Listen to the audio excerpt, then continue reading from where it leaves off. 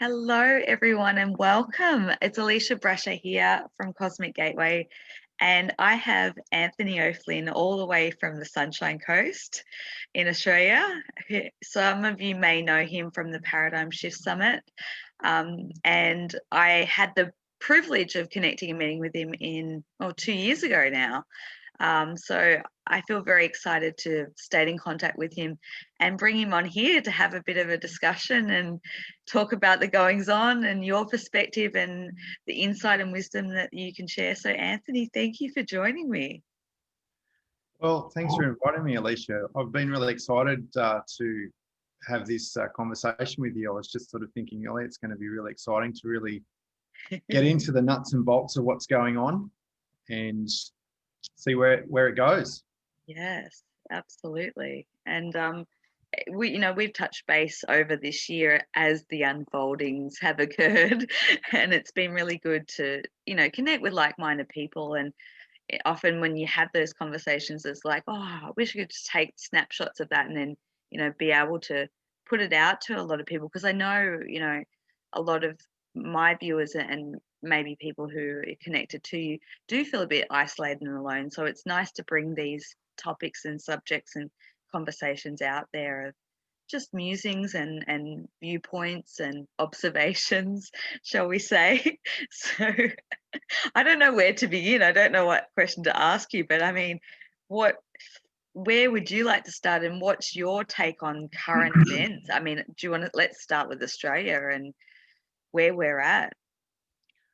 Well, I think it's really good for the people in Australia to hear Australians talking about some of the topics that we're going to cover today, because, if you compare the population of Australia to the USA, if you times 10 the population of Australia and then add another 100 million, then you've got the population of the USA. So pretty much for a very long period of time and over a decade, a lot of the conversation has really defaulted, particularly to the USA, because of the population base and because the geopolitical nature of some of the global events that have occurred there. So they've sort of dominated the conversation in a lot of ways, which has just been how things have unfolded. And in many ways, they're at the epicenter of everything. But I think it's really important, and one of the trends that I have seen this year is so many people in Australia finding their voice and starting to talk about these things at wherever they feel called to and at whatever level they're inspired to.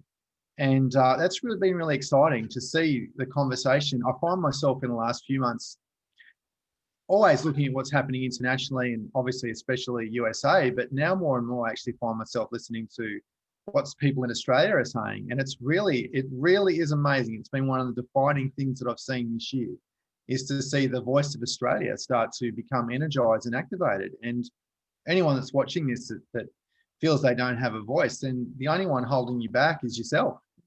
Mm-hmm. Speak your mind and have your voice heard, and people will resonate with that, and some people won't, and that's okay too. Yeah, and I agree with you 100%. And that's what's been really uplifting for me, is to see people come out, and you can start to see, I mean, people talk about the division or the timeline splitting or whatever, and you can kind of see where people are at in different levels of consciousness. But it's nice when you see people starting to talk up, and it's like, oh, I had no idea that person thought that way or felt that way, and we're actually got more in common. And it's been really nice to kind of see those things. But I mean, I did pick up one point, and we'll get into that a little bit later, because you've got the summit coming up next month. But the good, the bad, the ugly of social media.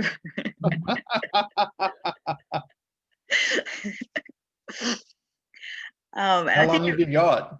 Well, I think that was one. I had always intended to sit down and have this conversation, and it was actually inspired by one of the posts that you put out. We don't have to go into which one it was, but I saw the thread, and I just had this instinct to connect with you and say, hey, yeah, I saw that. Wow, and I think you had such a diplomatic way of handling such diverse opinions, reactions, and triggers. So maybe we can sort of start there of, I think a lot of people would take, a feather out of your cap in the way you have a really good approach to sort of neutralite, going in neutral territory. I think that's one of the things that I do admire about you. Wow, you've really opened a tin of worms there with just those two words, Alicia. Social media in 2020.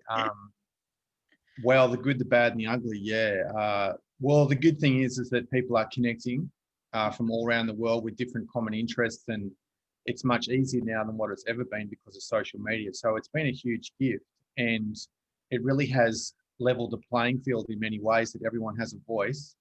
Of course, the algorithms are being altered in a way to manage certain opinions and topics. That's part of the game plan by the people who own those platforms, but it's to be expected, which is also giving rise, of course, to the rise of the alternate platforms, which we're going to see much more of in this decade. However, I would caution people just abandoning some of the more mainstream social media platforms because they are a voice to support the people who are perhaps gradually starting to come to realize that everything they're being told in the media is not true. Other people are very sort of militant about getting away from censorship and everything. But if you're just basically preaching to the converted, you're not really spreading the message in a way that's going to accelerate the awakening at a deeper level in some ways, in some contexts. And I guess the ugly is the really easy to focus on is the absolute sewer of human consciousness that's expressed on social media is absolutely disgraceful in the way that people communicate with each other hiding behind a keyboard. And it's really quite revealing of the character of people. And often they are completely so unconscious. They have absolutely no self-awareness to realize that they're actually projecting their own consciousness to the whole world. They're saying so much more about themselves than what the person they are that they're attacking, or whatever the viewpoint. And quite frankly, it's highly embarrassing for some people that I've seen flaming other people based on emotion, not based on fact or debate or rigorous viewpoints. That's different. But to actually personally attack people, flame them for having different opinions and viewpoints to things, it says a lot about people. And there's a lot of work, it's a lot of inner work to do. If you're just spewing that hate on the internet, what does it say about you? You know, so look, it's people have been triggered this year. I mean, we've all been had a difficult challenges, and it's not been easy for anyone. And I think we've really discovered that the people in the awakening community, the truther movement, have really taken a lot of flack for sharing their views this year. It has not been a popularity contest, that's for sure. And I think what people need to realize, if obviously your audience is not really going to struggle to understand this, but no one's getting like paid money to share views that are unpopular and lose friendships and lose connections with the family or diminish the connection with the family or acquaintances or colleagues, and businesses suffering. You know, businesses are suffering because you voiced your opinion on social media. Like, I think people need to understand that there's a reason why people are doing that, and that and they know that it's unpopular. They know that it's going to cost them in terms of, you know, tangible things like income, personal friendships, which are subjective, or acquaintances or colleagues or whoever, and that to look deeper into the information itself and understand, well, what is the motivation for this person actually posting this? They're not doing it to upset people or they're not getting paid. So you have to understand that there really is a deeper calling for this information that's coming out. And we've all seen that this year in one way or another. Yeah, and I think, I mean, I don't know if you've probably seen this time and time again, especially when you sort of newly uncover truths and information and stuff, you do get quite excited to want to share it and scream it from the rooftops, right? And it's because people get passionate and fired up and think, oh my God, I need to share this. Everyone needs to know this. I mean, I remember someone said to me in the beginning of the year, they watched a documentary, which is one of the known ones that's going around that's sort of exposing a lot of stuff. And they were just mind blown and like, can't believe that I haven't known all this until now. and they said, I just want to herd everyone up into the MCG, and just play it for everyone to watch. Everyone should be aware of this. And it takes a lot of courage and backlash to be able to do it. So that's a really, really good point, that people aren't getting paid to do that. That's a that's a love job right there. Yeah, look, I should say that there is no rule book on how to use social media. That's up to you. Some people go through different phases of it, of being involved in more activist type postings, or they use it intensely and then take a break from it, or they delete their account and then they reinstall it. I mean, or they don't have one at all. I mean, look, there's no rule book, but I guess the real question that needs to be addressed is what are you putting out into the world? Yeah. And of course, a lot of people who are in denial of what's really occurring say that this is another point, that people who are spreading the truth about what's happening on the planet now are putting out negative information. Well, it's your perception of it that's negative. But the hypocrisy of that is, at the same time, those sorts of people will watch the mainstream media news every single night and not perceive that as negative. Yeah. Because they habitually formed their relationship with information through the news as being the truth. And most of the news, if you look at it objectively every night, is extremely negative.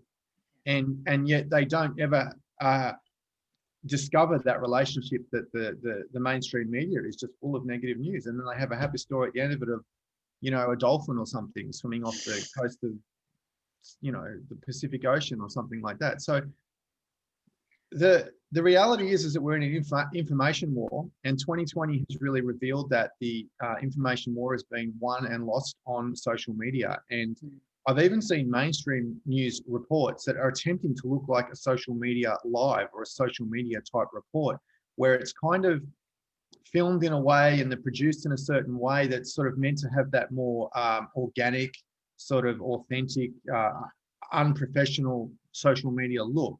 And the reality is that the mainstream media is it's in crisis.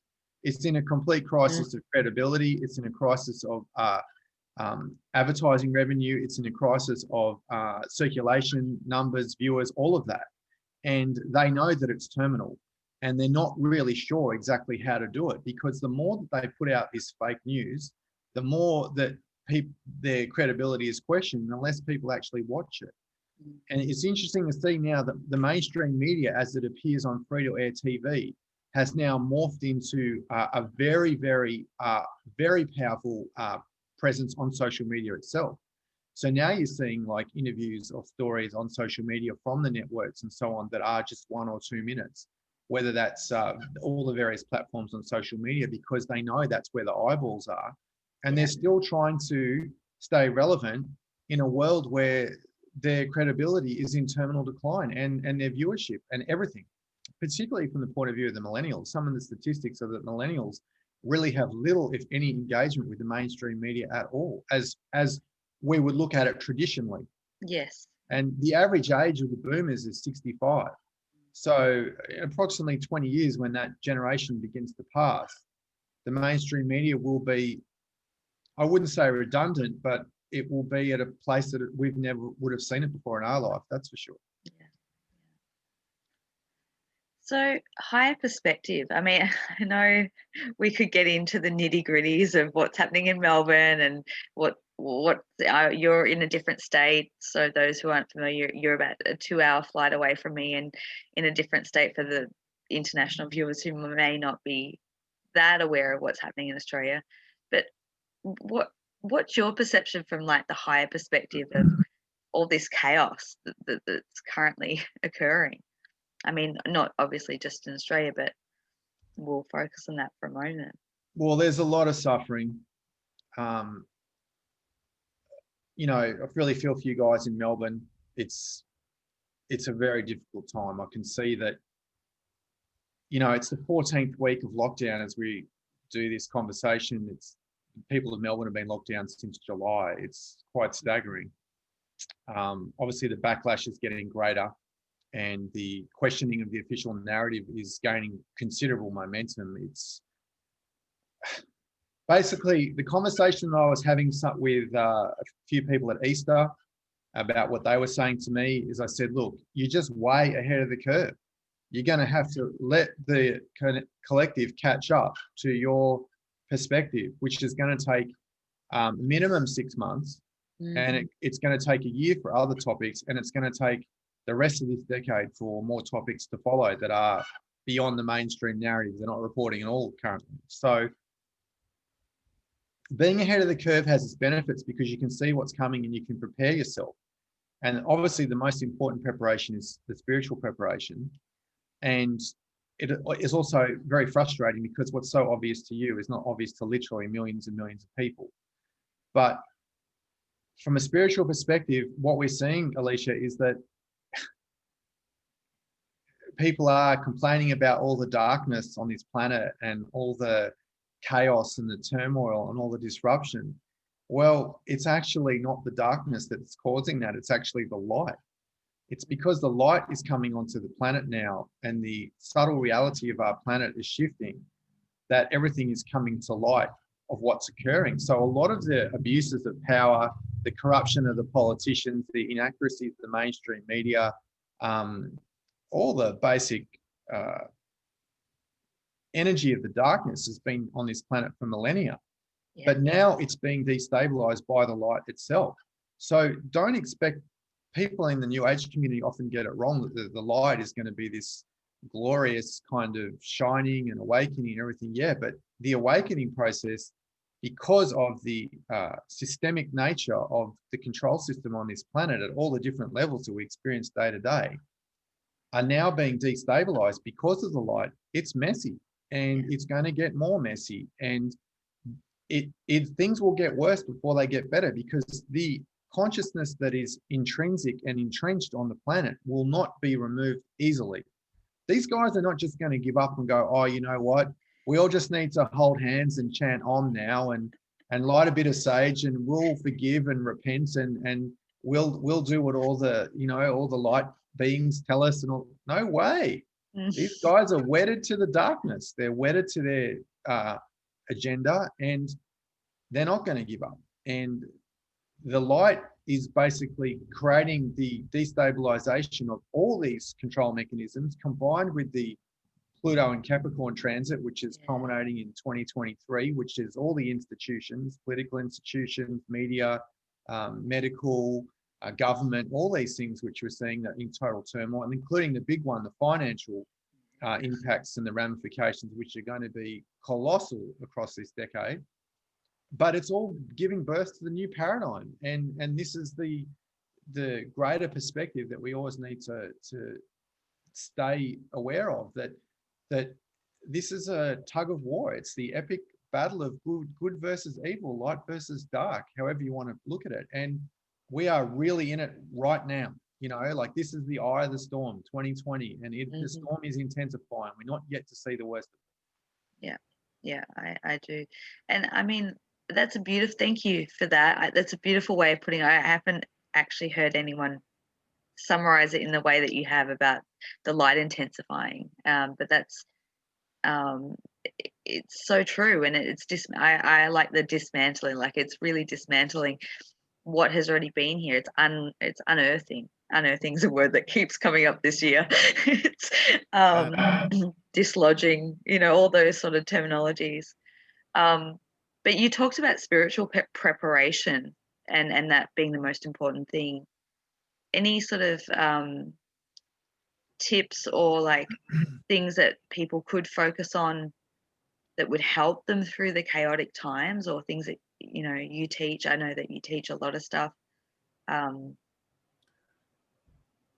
Yeah.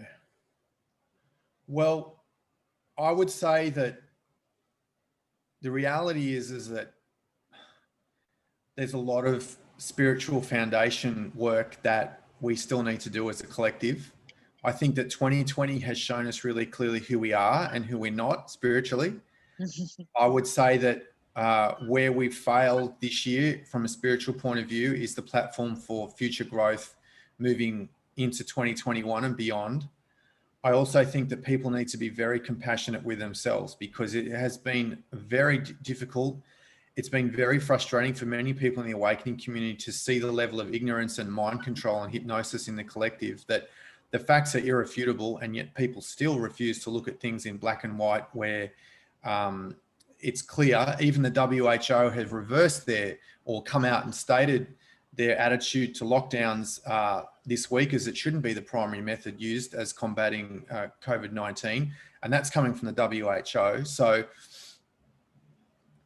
that's not really answering your question at all, though. But I guess my point is that we need to be patient with ourselves. Yeah. That you know, spiritual growth and inner work is a process. And unfortunately, in our fast food culture, we want to download everything. Just download inner peace, you know, download contentment, download abundance. Just give it to me now, you know. And I got the code for the discount as well, so I get 10% off.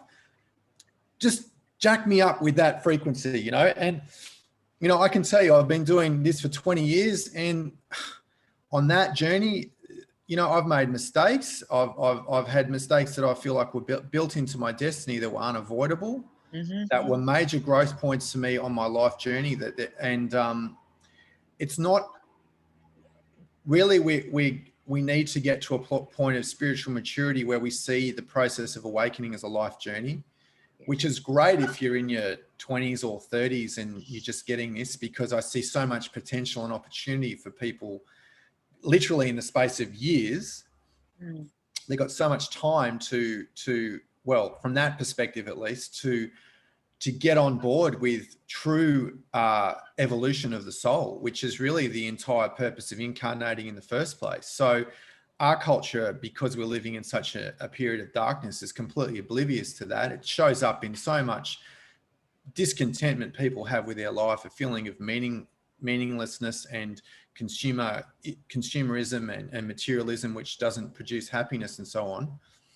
And so to go through this true spiritual awakening, look, it's a marathon, and there are times where you'll have aha moments that will be life-changing, and moments or even years where you'll plateau on your spiritual evolution, and you may not even be aware of that. So it's a complex topic, actually, because the growth of or evolution of the soul, you know, it's a gradual process of letting go of your baggage and your issues and healing from your wounds, and then moving towards a state of deeper equanimity and balance. And I think that we've all been perhaps caught a little bit off balance with the severity of the events of 2020. Yeah. But I think that that's going to keep us in good stead for the years to come, because we'll be more prepared in the way that perhaps things will be a little bit chaotic, and at a personal level as well, and to work with those challenging circumstances. So obviously the relationship we have with our mind and the relationship we have with our ego is perhaps the most important thing of all.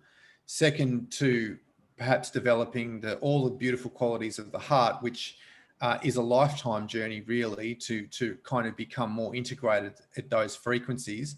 But because the subtle reality is changing now quite rapidly, it's easier and easier to connect with those higher states and to keep them more stabilized in our consciousness, not for them to be like peak spiritual moments, such as after a retreat or after a meditation, that we can maintain this. And that's the challenge. And that's one of my big processes of learning. I mean, I spent 2 years in India, and for many, many years, I was very, very engrossed in very powerful methods of Kundalini yoga and using mantras and tantric yoga practices. And I needed to work on bringing that into my personal life and my daily life more. And because I feel now through this process of growth that that's where the real tests are, and the real maturity is, and the real way we can bring that into the world, because we're not going to be able to fake this frequency moving into this transition, this shift. It is the defining aspect of the reality. It's not about being aware of the control mechanism, the agenda of the elite, or the sort of micro information around what's occurring day to day with the political spectrum that's transpiring. It is consciousness that will define our progress from an evolutionary point of view as we move into the shift. So, you know, there's so much material to work just with that question, Alisha, that it's really kind of, you know, it's a profound question. I can't emphasize enough as a practice presence or mindfulness, and to increase your self-awareness, and to become conscious of the unconscious simply, which is exactly that point of taking what is subconscious and becoming conscious of the subconscious mind, and being able to see those potential triggers and those potential events that will cause us to react. And that's basically coming from the subconscious. Whereas when we're responding, it's more conscious. It's like that, take a breath before those words come out of your mouth. And, you know, no one's perfect. We're all a work in progress. And sometimes you kind of realize just how much work there is to do, you know, but that's all part of it as well, you know? Yeah. I think you answered that beautifully, and that couple of points that I'll just sort of highlight is that it's about the integration into the everyday life. It's not just about having these profound high, because I mean we all have them, they're amazing, but we have to sort of bring it into an integrated, grounded, you know, embodiment. But you said something way back, and it was like you had some moments of, I can't remember how the word you used, but learning opportunities. And I think that when you look at 2020, what an amazing opportunity it is if you're willing to take it at you know, at that opportunity that's gifted to you for the triggers and the accelerated growth, because every day is just this minefield of opportunity to look at those unconscious, subconscious things that are coming up every day if you want to play that game. You know, it's this year is I don't play computer games, but there's an analogy. It's like, you know, expert level when it sort of comes to navigating a lot of this stuff, I think. Yeah, well, I think one thing to follow on from that is just to be aware of what you're consuming as far as news, social media, to be mindful of your emotional state. Some people just cannot really deal with a lot of truth in every day. Other people are kind of have a high tolerance for it. And personally, because I've been on this journey for over 20 years, I don't really get sort of affected by the information in the same way as perhaps someone who is new. But the insanity of what is occurring on planet Earth at the moment, I mean, I'm sure that even like people who are self-realized would be having a few bad days here and there, because there is a level of insanity that we're seeing now that's quite open and quite in the public, that it's pretty hard to integrate that into your life. And particularly really when it comes to Australia, is that for so many years we've seen so many of these events being international and being overseas, which it somehow gives you an emotional distance to the actual experience of that event itself. But now we're seeing these events, particularly what's occurring in Melbourne and Victoria, it's very much on our doorstep. Well, for you, it's you live in Melbourne. I mean, I lived in Melbourne for 10 years, so I'm very familiar with Melbourne and love that city a lot. It's such a fantastic city. And when it's sort of happening in your own country, it really sort of seems to hit home harder. At least it is for me, that's for sure. I would agree with you. I mean, there's things that have come to light for me that have like been, wow, that's a little close to home, you know. And that's something that I thought only happens in, you know, the US or this or that, and then it's like, oh wow, okay, yeah, that's all happening right here, right under my nose. So even for the seasoned you know, waiter or pioneer, whatever, you know, there has been some wow, holy shit moments this year for anyone, no matter how long they've been on this journey. So yeah. Well, I think that it's going to give us greater resilience moving forward. We're going to have to be very resilient for Australian people to restore accountable, transparent, good government, to check abuses of power, and to hold politicians accountable for their actions, and to get engaged with the political process. They're really big lessons that the collective, the egregore for the Australian people. And we are basically going to see a radical transformation in the collective in Australia. And in some ways, will actually lose our innocence through this. The she'll be right, mate, attitude, and the kind of the lucky country, as Australia was called in the 60s. Well, we're actually going to grow up a lot through this, and it's probably much needed. And unfortunately, it had to be such a difficult process to trigger this dramatic awakening. And I really feel that a lot of good things are going to come out of this in the medium to long term, but in the short term, it's going to be very difficult for the people who have trusted the government, who believe what they see on the news, who are really invested in the society as being a source of safety and comfort and security and stability. That is changing pretty rapidly with what we see with the various policies and the various abuses of power that's occurring in our own country. And I guess the question is, well, how do we integrate that and move forward with it and try to create some real solutions, not just band-aids or temporary things? So it's going to be interesting to see this progress across this decade. Yeah, I agree. It's going to be all eyes watching and seeing it sort of unfold. And I'm with you, when you can and have a better grasp of what's happening, it is quite exciting, but also got to keep in mind that people are going through the hard times, and it will be shocking and hard. And I guess that's one of the reasons why we do this stuff, is to try and prepare people as much as possible.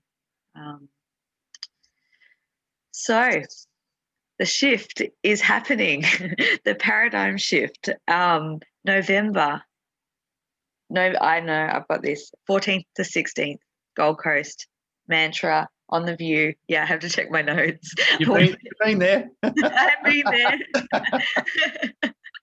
I'm bringing back some beautiful memories, but I'm so glad that you're going ahead this year because, obviously a lot of, events have to be cancelled and it's all a bit touch and go. And then when I got your email saying that it was on, and I was like, oh, it's so great, because what you have created and provide for Australia, for people like myself, a platform where people can share their experiences, share their knowledge, information, but it's also the people that come together. It's that real community vibe of people who do feel isolated and alone and don't have that soul tribe family sort of connection. So do you want to tell us a little bit about what's coming up for the summit this year? And also we'll talk about, for those people who want to, because I will put all the details in the description box, because it will be live streamed, won't it? So people, if they're not on the Gold Coast or can't travel for whatever reason, can still access it online. Well, yeah, I mean, before I go into that, that's a real point that you've just risen there, is the whole isolation thing of the awakening process, which it's very difficult for a lot of people. And I'm already seeing this year that there's so many people in the awakening community that are really supporting each other and are connecting and the tribes are really starting to form now. And it's also painful for a lot of people because they've suddenly realized that they're in their circle of friends, no one gets them. Their family thinks they're like, a bit kooky. Even in intimate relationships, it's a big one as well, that the person who they're in relationship with just doesn't understand anything of what they're going through or how they feel or perceive the world. And my feeling is this is going to change a lot this decade. And this is really one of the big things of the goals of the Paradigm Shift Summit, is to connect people. In fact, that's one of the first things we do. One of the first sessions, we have like a connection session.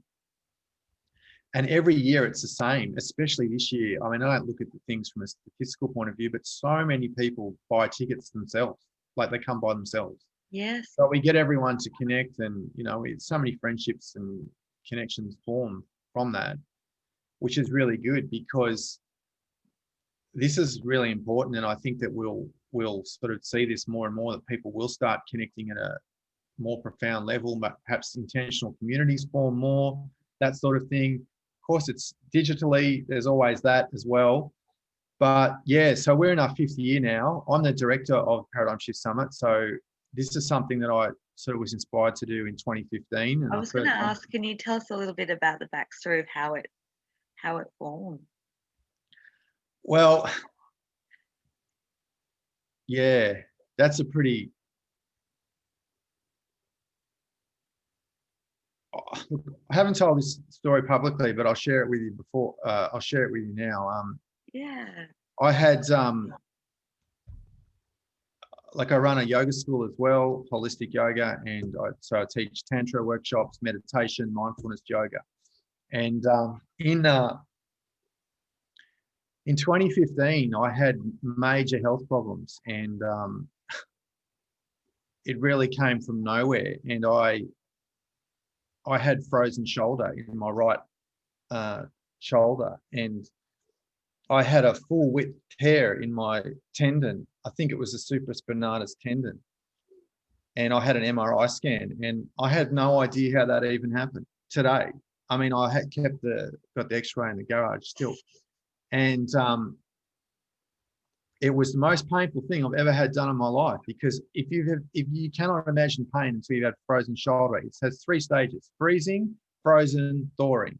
And freezing is if someone had poured super glue in the joint in your shoulder, and it's so painful you actually can't believe it. So to lie without moving in an MRI thing for 20 minutes on your back with no pillow or support, I was in so much pain by the end of it. My body was shaking involuntarily, and the guys doing it said, "Anthony, do you want to come out because your body's shaking?" So I said, "I'm trying." I actually couldn't stop it. It was that painful, and I don't know what happened. Like, I had this tear in the tendon, and I didn't fall over or have an accident or anything, and then, but it ruined my yoga teaching career. And then, because then it went into the left shoulder. And then, so at one point I was sleeping on my left because I had it's super painful. Trust me. It's not like just a tear. It's really painful. And then when it came to left shoulder, I thought I could only sleep on my back, which I don't really like doing. And then eventually I could sleep on my right again a bit. And then a few months after that, I tore the meniscus in my knee, my left knee. And which doesn't heal, as you probably know, and that's really difficult to heal, actually. So that meant that I was really limited with what I could do with my yoga teaching and everything, which was really disappointing for me, because it was the one thing that I really wanted to do for a career for my whole life, actually, which I still do now, but it's very limited. It's more limited than what I used to, because I felt my trajectory of my whole life calling just shifted like a lot. But because of that, but yeah, it just, that year in 2015 was the only year of my life when I was glad when the year was over. You know how people will write those things on social media. I'm sure I'll be this year in 2020. I'm so glad. This year's been great compared to 2015 for me. So I had these health challenges, and I just didn't really know what to make of it, but I just knew that everything had a deeper reason and so on. And I realized that perhaps, you know, I still run retreats and everything now, and the workshops and the tantra workshops and everything like that. But at that time, it just put a complete pause on all of that part of my life. And then at the same time, I just got inspired, and it wasn't like a conscious thing to put together this event, which had a really strong UFO connection to it in the beginning, which is still there. Yeah. And it took me like about, you know, I planned it for like probably over a year, actually, in the beginning, to, you know, work out how to do it and where to do it, and all the things behind putting an event like that together. And yeah, eventually it came together, and the first year we did was 2016. So I guess the reason why I want to tell people this is, particularly with what people are going through now, is that everything is working for your highest good, even though you can't see it. And it's absolutely fantastic to run this event and bring all these people together. We have people coming from all over Australia. We've had people from New Zealand, from Canada come to it. Of course, it's limited this year, but that whatever you're going through this year, that you'll come out the other side of it, and you'll come out of it stronger, wiser, and perhaps with a different life purpose, or added on to your life purpose. And that's definitely the case for me. And I can't say that it was a fun thing to go through, and many people are probably going through that this year in some way, financially, emotionally, with their relationships, with their life purpose, just with their, whole way of being. But now we're in a place where we're in our 5th year. We're live streaming it. Yeah, you can buy the ticket. If you use the code Anthony, you can get 10% discount on the live stream.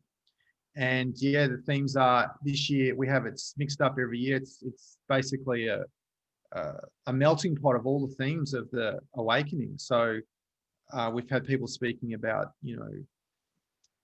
diet, gut health, mindfulness, astral projection, UFOs, the transition into 5D, the awakening, activism.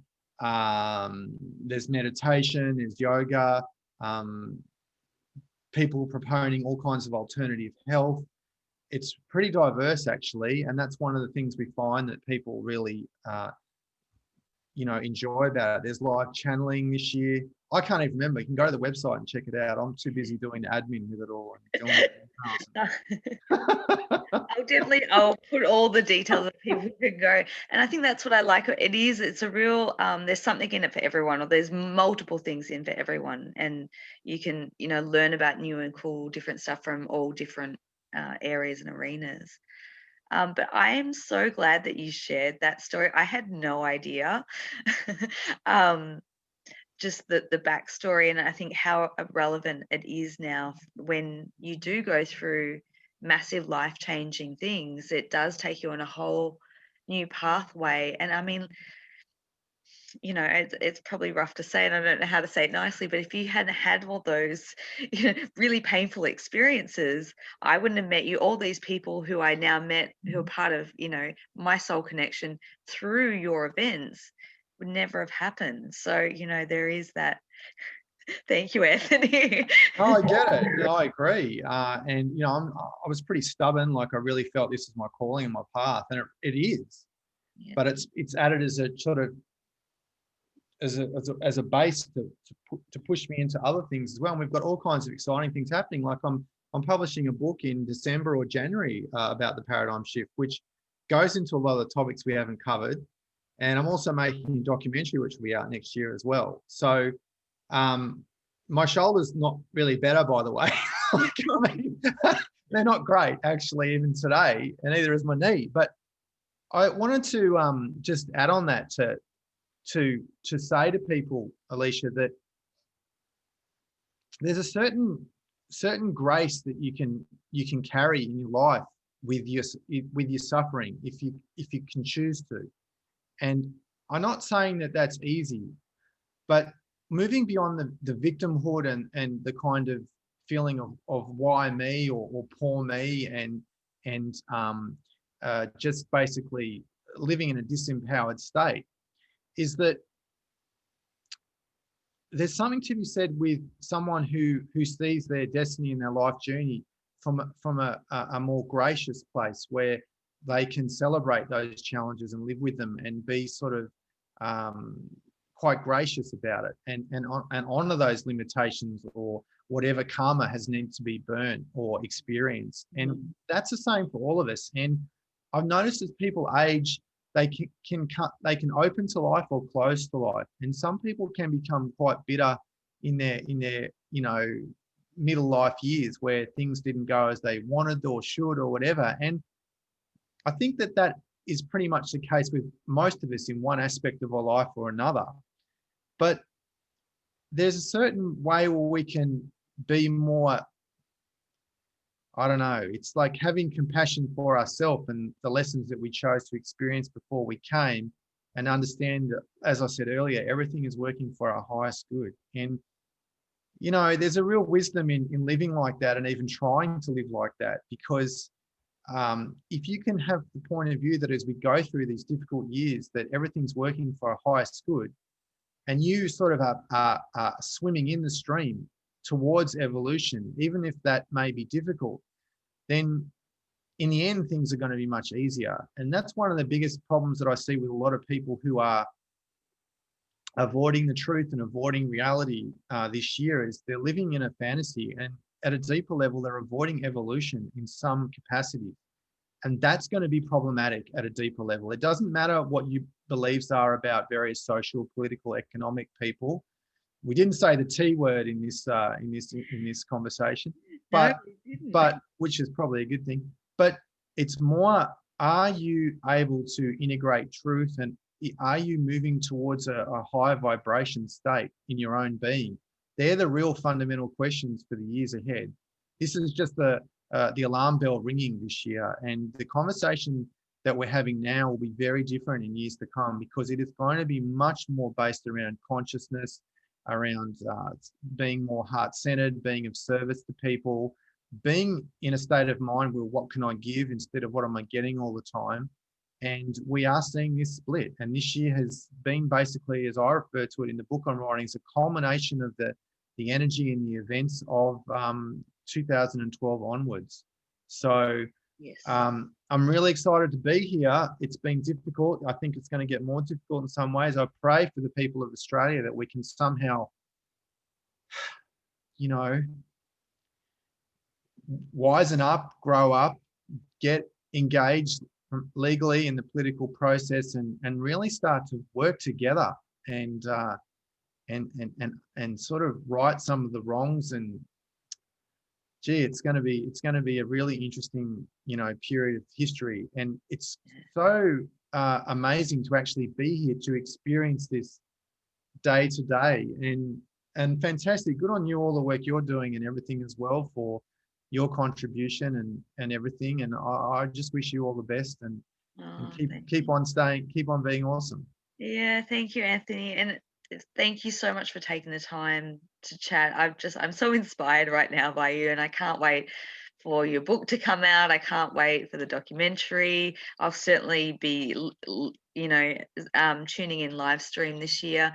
Who knows, maybe next year I'll get up there to attend the shift. But, I just want to thank you again, for inviting me in 2018, because that was a pivotal moment in my journey. That was a big year for me, and where I was and where I am today. So I do attribute some of that to you. So thank you. And thank you everyone for watching. As I said before, all the details that you can connect with Anthony and follow along with him if you want to. All the details will be in the description box below. Thank you. Maybe we'll do this again sometime. I've really enjoyed it. So thank you once again, and much love. Bye, everyone. Thanks, Alisha.